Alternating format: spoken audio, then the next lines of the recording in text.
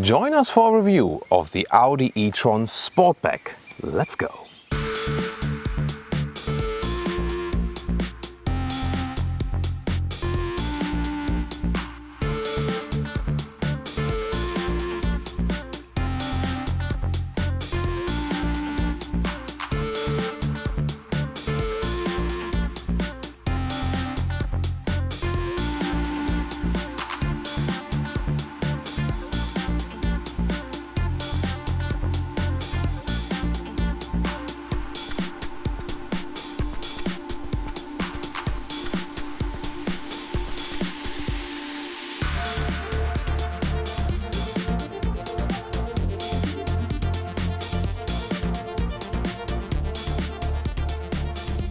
In the front we see a strong sporty styling, but almost closed is this grille because not so much cooling is needed, but I think that looks quite fancy.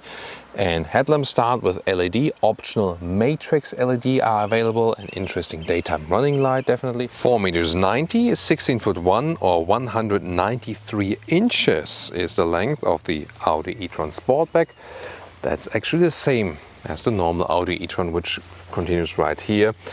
But this one in here with this falling roofline, that's a special thing, and the stronger shoulders for a sportier look.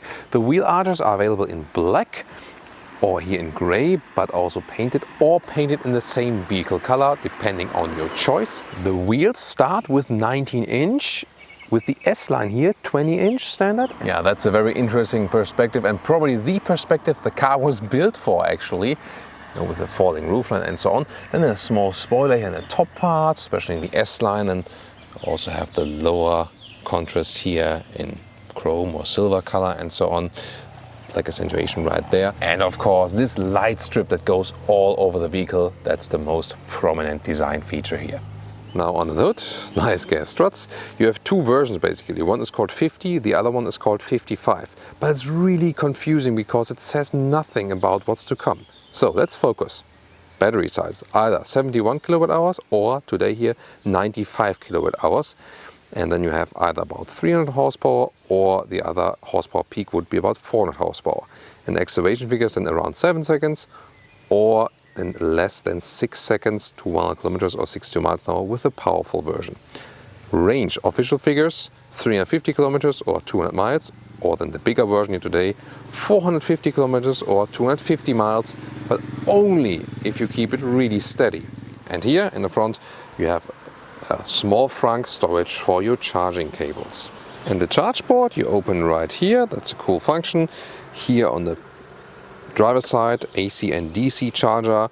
DC up to 150 kilowatt, AC 11 kilowatt, optional 22 kilowatt.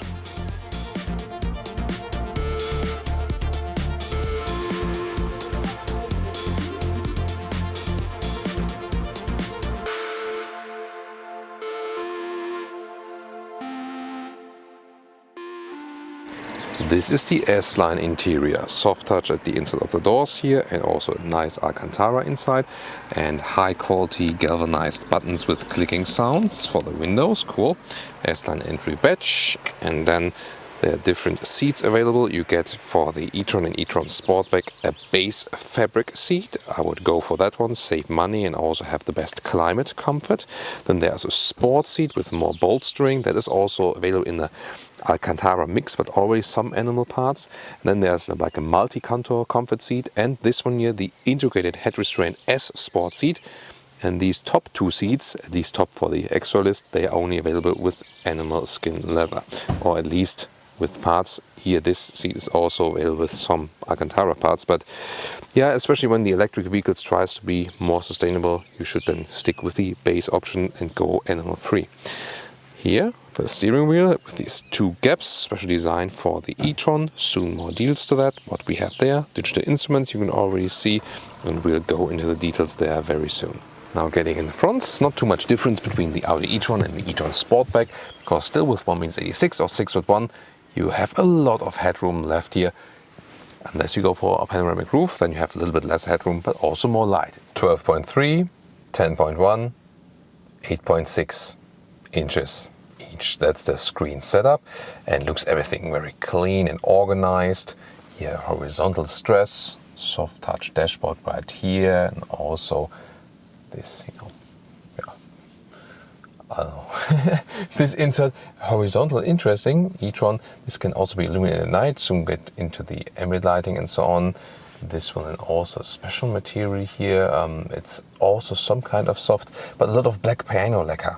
That's not my favorite. Soon more to the individual screens. Just want to show you once, already right here. This is here how the temperature reacts. You can click either or like this, or scroll. It's somewhat okay for a screen input, but of course menu dials would be safer while driving. You can also use voice input.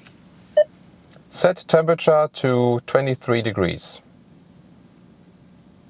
I'll increase the temperature to 23 degrees. So that's also working, so that would be an alternative for when you are driving. And also these screens are interacting. For example, here when you are in the GPS menu, then in the lower part, for example, you can write either single letters or you can directly write a couple of letters here like this, for like B, Berlin. Then it's also appearing in the top part, but you can also use the voice input for that. And then the shifting lever is kind of strange. You pull backwards like this for the gear, forward for the reverse, P at the side, at least nice clicking sounds. And then this open area right here in the lower part, why? They said it's like a floating area, but no, it's not floating, it doesn't look like it. It just looks unfinished, and then some cup holders in there, smartphone right there. Not sure what to make use of it. And here we are with the digital instruments. You can also see this one here is not an unrealistic fuel consumption or energy consumption in this case. So it is not a very efficient electric drive. That's the thing. Sumo to range and efficiency and so on when we drive the vehicle. What's cool with the digital instruments, you have the different views you can set here. It of course makes more sense when you have the map mounted, and you can go all the way with the map here on the screen and zoom in and out with your thumb. One of the best virtual instruments here by Audi, I think. And about these digital mirrors, you can see it's placed rather low inside the vehicle, so you have to look down a little bit, and then you can control either this here, for example, up and down, also left and right, and so on, or then click here, and then you actually adjust from here the other screen at the passenger side. And now more details to the screens. Here again, you can see how you can change the camera. Again, sliding is actually the easiest way to do that. Also seat heating activation in the lower part. And in the top part, let's take a detailed look here at the GPS map. You can get it also with the satellite view, and that looks very impressive, pretty cool. And it's also decently fast. They have a good processor unit here in this vehicle. Once again, the Apple CarPlay, how the integration is done. So everything quite fast. Now getting in the rear, shoe tab, and with 1:86 or 6:1. First of all, plenty of legroom left here when I have the seat to my driving position. Good result. Then also headroom wise, that's still okay, although we're in the Sportback. What do we lose in the Sportback in comparison to the normal e-tron SUV? About 2 centimeters or 1 inch, and headroom I can also go a little bit further back with my head, and it still works, so tall people can sit in the rear. And the trunk area, instead of 600 liters, you have 555 here in the Sportback version of the e-tron, so a little bit more limited here in the height, but you still get along with it quite well. Not such a high loading sill. The standard trolley also fits in a vertical way. Maybe push it like this, and then it's fine actually. Then below this area here you have even more space, so actually quite a lot of space, goes quite deep in there. That's quite cool. You can also store your cables in the back then if you prefer that. The width here is actually a little bit more than 1 meter. The normal trunk length is 1.08 meters. Welcome here to Thomas's Driving Lounge with the Audi e-tron Sportback. Of course, all electric driving, and it's always a pleasure, and can just repeat, driving electric vehicles, no matter if you're like the average car customer, if you like performance cars, if you like comfortable cars, just from a driving experience alone, the electric vehicles are indeed always better. Besides, when you have pleasure hearing like a V6, V8 sound and so on. That's the only thing. But if you look at everything else, the electric vehicles really deliver you the best driving experience. You have a very spontaneous acceleration, the speed is always there. Then you have so much silence in here, especially if you have like a sophisticated Audi big SUV here with the optional sound insulation pack, which we also have in this vehicle, and it's super silent in here. Blind spot monitor is definitely very helpful, and they are integrated here in these digital mirrors. Again, you do not have to go for the digital mirrors. It's an option right here, and I still think it's not a useful one, because when you look here, that would be my view to the side mirror like this. I'm not sure if you can see it on camera, and to the view here to the screens would be like this. So it's like, you know, not this but this. So you will look more down, and I think that's irritating you. It's not, you cannot switch that fast to the front again.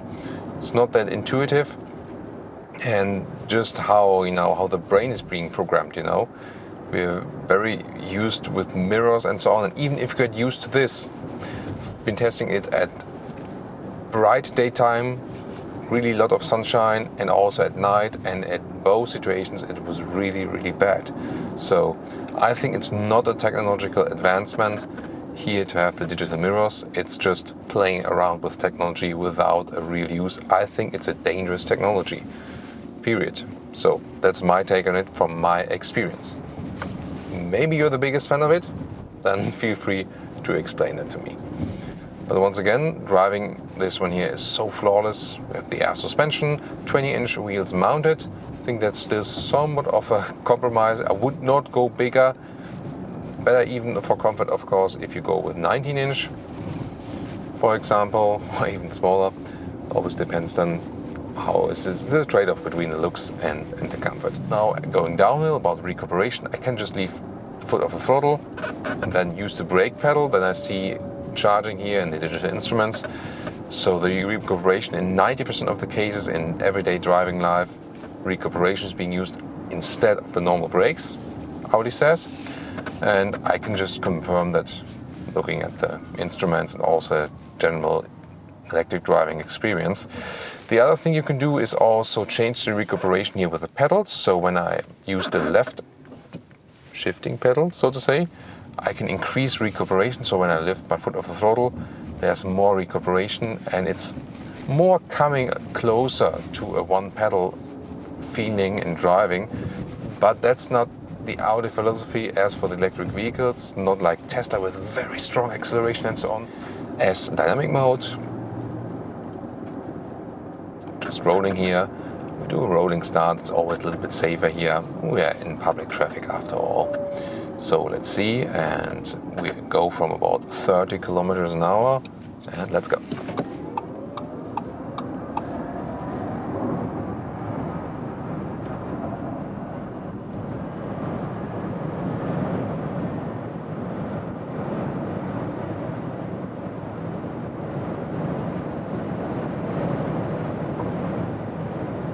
That's 200 kilometers an hour or 125 miles an hour. You see, like the last bits, that was slower than you would have with a performance combustion engine, but the acceleration before that, especially in the lower speed areas, superb. And again, driving 190 kilometers an hour now, and it's so silent in here, and we're not hearing any engine sound that would actually cover something or so. We just hear wind noises. That's something like a little bit biased than with the electric vehicles sometimes.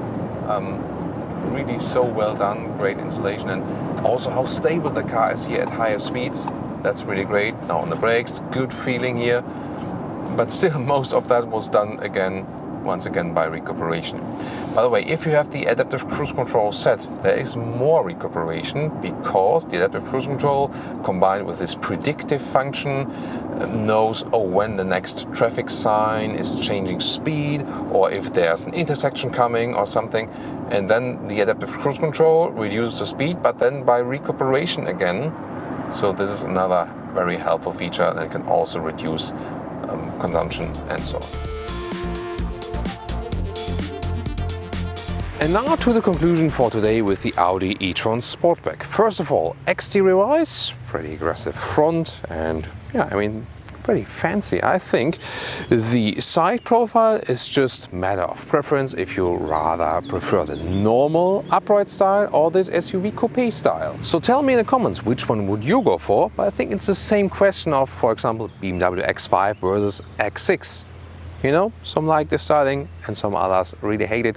It's really polarizing, this SUV coupe form. Also depends a little bit on the wheel choices as well. And the color here is pretty interesting, but of course not the most daring color that is possible. Driving wise, it's really such a flawless vehicle. It offers such a great combination of sportiness and comfort due to this electric drive. You have the silence on the one hand, then the performance on the other hand, and together also with the optional insulation package, which is a really good thing. So such a silent vehicle, one of the most silent cars overall, also at higher speeds, and the driving experience is so well done. So I really love it about this vehicle, and of course in general about electric vehicles, but here the comfort you get and the sportiness at the same time is really at a very, very high level.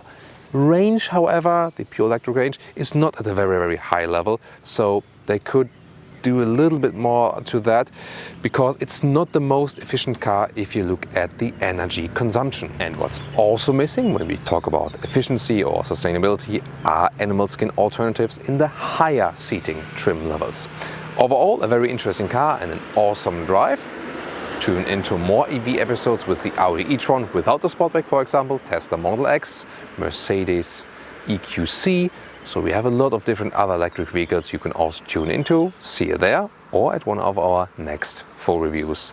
Stay tuned, stay subscribed. Thank you so much for tuning in.